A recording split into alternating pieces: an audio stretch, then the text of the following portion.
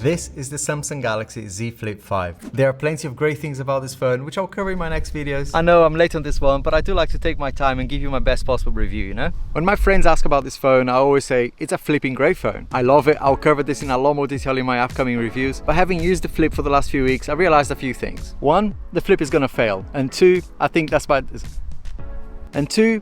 a good thing. Samsung knows this, so does Oppo and Motorola, and I think they do it on purpose. And three, which is the main point about this video, I think Apple is just waiting on the sideline, waiting until the Flips, like this one, is ready for prime time, shall we say. And I think I better get out of here before I break my camera. And it's funny, it got me thinking, you know, what would it take technically for this device or this form factor to be ready for Apple? And I came up with 4 reasons. I'm Alex and I do down-to-earth tech videos. Firstly, the display. And Samsung fans out there, I know this is not going to be a popular take, and really I think we got to give it to Samsung, right? There's no one else out there really who's been brave enough to continually bring these innovations to the market. I really do think that Samsung leads the pack in innovation. But when I look at the main display on the Flip, I can immediately see why someone like Apple could potentially be dismissing this form factor for now. And with my Apple hat on, I can see them going, I love the design, I love the feel of it, the fun aspect, but this display, this is not going to cut it for us. You know, and rightly or wrong, that's just how it is, right? Plenty of Samsung customers will tell you that, you know, they're extremely happy with this phone, and I don't doubt that despite these imperfections that I'm calling out here.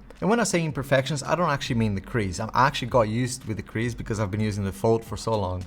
But when you look at the hinge itself and you can see and you can feel this mechanism in here, I mean, it's quite elegant the way they've done it here. It's a marvel of technology, right? To get a phone to fold up like this. But I do think it would be a massive stretch to get any Apple customer to see beyond these imperfections. I mean, some will do, right? The Monkey Island on the iPhone, as I love to say it, is probably as far as Apple can push their customers, you know? But hey, I'm just one reviewer on the internet, right? I want to know your opinion as well. Do you think if there was an Apple logo here on the Flip, that Apple customers would be going crazy about it?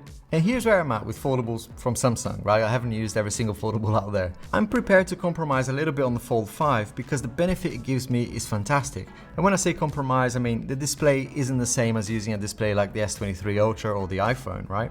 But we are getting a mini tablet. But with the Flip 5, I think it's a tougher sale for me, but only because I'm not taking advantage of the Flip's main selling point, which is this fun and young aspect of taking selfies and customizing things, you know, this fashionable aspect in the way you're taking photos. Which brings me to the cameras actually, as another reason why I don't think Apple will be interested in this form factor, at least for now. Oh, by the way, Samsung didn't send me this, but shout out to David, who's a legend, and let me have his for a little while. The cameras are decent enough on the Flip. I mean, the majority of people buying a Flip would be more than happy with this quality for their kind of social media postings and general use. And from a video perspective, it's a little bit disconcerting because you got to look down at the camera here, but let's try. The quality looks great. I mean, the microphone is probably okay. We're going to see in the edit. Stabilization wise, you can see I'm walking and talking here, trying to avoid cow poos. Not even kidding. A little bit washed out the back there, but you know, I'm asking a lot here on those 2 tiny cameras. It's making me look really young, which is not a bad thing. Now, this transitioning lighting is always a challenge for any smartphone. I'm in a shady area going to the sun. Woo! Yeah, it's tricky. It kind of adjusted, to be honest. Yeah, I mean, that's probably a better angle, isn't it? It's a little bit confusing when you're recording to know where the aspect ratio is, but I guess when we edit it, it will become clear. But obviously I'm looking at the front screen here and it's a tiny square really. But Apple, I don't know, they kind of pride themselves in the quality of videos and photos that the iPhone produces. And I for one agree with that. Even though I haven't used an iPhone for many months now and I got rid of mine, you know, for the S23 Ultra, I just can't see Apple compromising on the camera quality at all in order to give customers a foldable experience. That's just not what they would do, I don't think. I think it would take a huge U-turn in the iPhone's history so far to fold and compromise on camera quality, you know? I would imagine when Samsung finds a way of putting a 100 megapixel camera in here, or even a 50 megapixel in here, that could change things in the industry. I know Motorola did a great flippy phone recently as well, right? Let me have a look. What's the spec on that camera?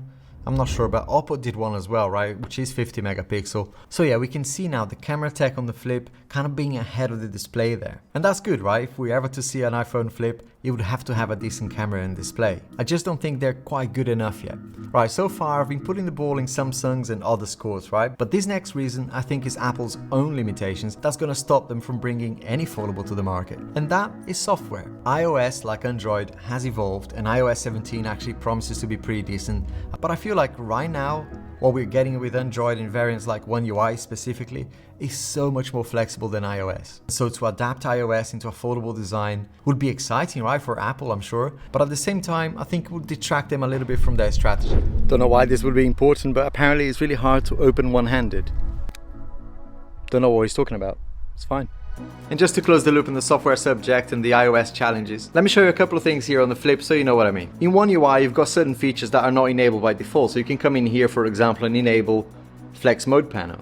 And what that does is enables you to use some apps, not all apps are supported, but some apps will support you to use them like this. So the top half of the phone is using the app, and the bottom part of the phone is used for some controls. Something else you can do is allow certain apps to actually work on the cover screen. Hear me out, like many people, there are some days when I spend way too many hours in front of the computer or in front of devices, right? Whether I'm testing for reviews or just at work, right? In meetings and doing Excel spreadsheets, all this sort of stuff. And when it gets to the end of those days, I just want to relax, and actually having limited access to some information, it stops me from opening the phone and spending even more time browsing the socials brainlessly. So I hope you're getting a feel here and start to appreciate that there's a lot of software changes here that I just don't think that Apple would be even interested in right now. And the fourth reason why I don't think Apple is going to do a foldable anytime soon is because I think Apple is clearly focusing on completely new form factors, right, with the Vision Pro.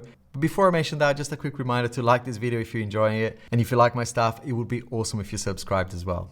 That's it. And in my opinion, and please do let me know if you don't agree with this one, but I think Apple is kind of giving up on smartphones. I'm not saying this is a bad thing, by the way. I'm glad they're leading the way, and I do hope that Vision Pro is a major success. Why? Because to me, it would hopefully drive others to compete in that space and hopefully drive even more innovation and prices down as well. That they were able to do everything we do on smartphones without having to hold a rectangular piece of glass in our hands. Yeah, I'll be happy with that. But until then, the foldable form factor has a special place in my day-to-day usage. Since trying the Z Fold 5 here, I don't see myself not having a foldable. The Flip 5 is very different though. Yes, I love the creative aspect. I love how mature it is, how fidgety it is to hold and all of that, right? And even how sturdy and solid it feels as well. Do you know, I was just editing the video and realized I missed a massive opportunity to say the flip has flopped or the flip will flop. So let's do this. Leave a flip-flop emoji if you like the flip, and leave the standard smartphone emoji if you don't like the flip. The whole selfie and sheer fun aspect of it is something that I'm growing to appreciate a little bit more, knowing though that I'm not their target audience, despite how useful I think it is for content creation, for example. I still think this would appeal a lot more to my younger self. And talking about fun, I'm here at least once a week with a new down-to-earth tech video for you, and I've been having a ton of fun with my videos recently, and I hope you find one in here that you like, or try this one over here that YouTube thinks is perfect for you. It's probably going to be a silly short, but it'll be fun anyway. See you soon.